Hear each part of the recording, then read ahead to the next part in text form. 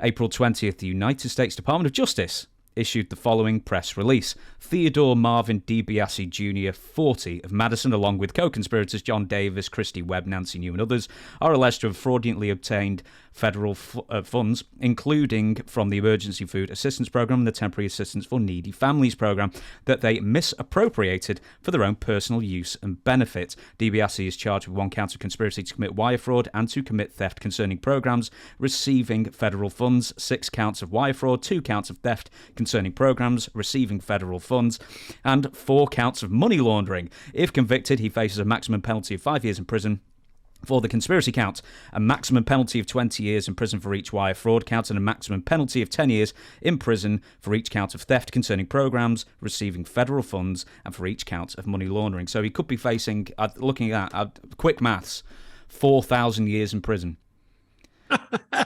Well, I think he's gone. That's what I think, because I don't think you can.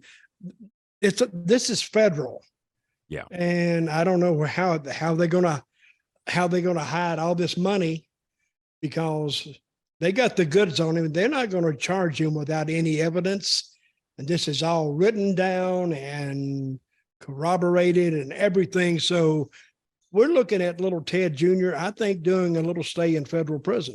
Mm-hmm. What do you think, Kenny? When the feds bring charges, they don't go into these cases to lose them. And if this is already a federal indictment, they've got the goods. They know what they've got. He's cooked. I don't know if he's going to live the whole 4,000 years. But then again, his father was big in religion, and maybe he'll live to be 3,000. They'll bury him, and then 3 days later, he makes the big comeback, the big kick out of the dirt. So that's a possibility.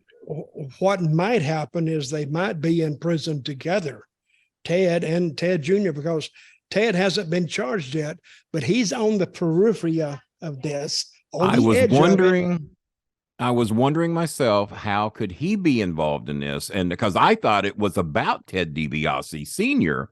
when I first heard this story, and they said, no, it's his son. And I'm thinking, well, how the hell is the son involved and the father not?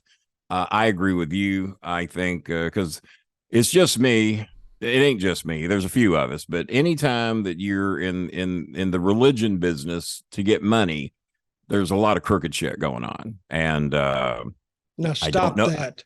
Well, all right. I apologize for the 6 good ones I offended. That's hate speech. Talking about that, because hating on preachers, only the bad ones.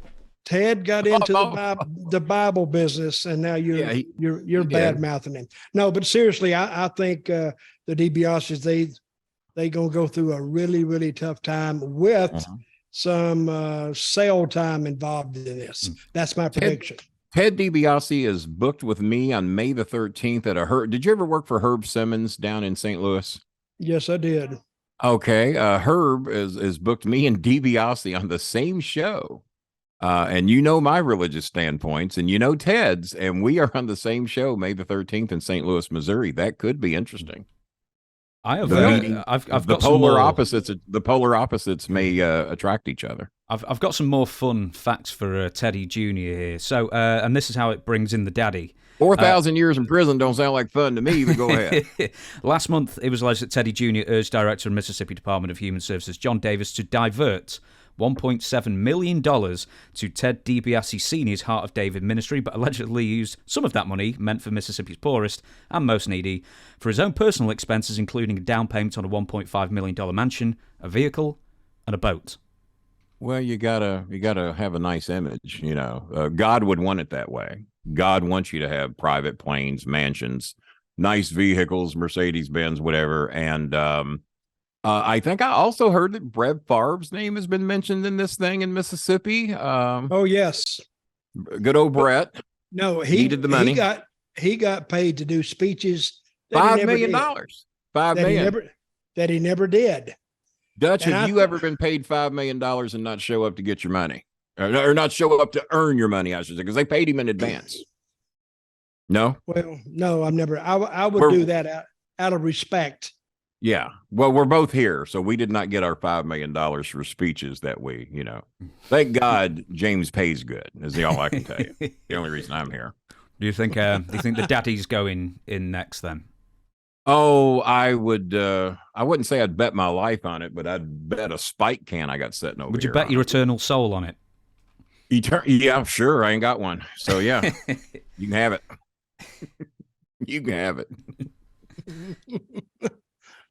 What do you think, Dutch?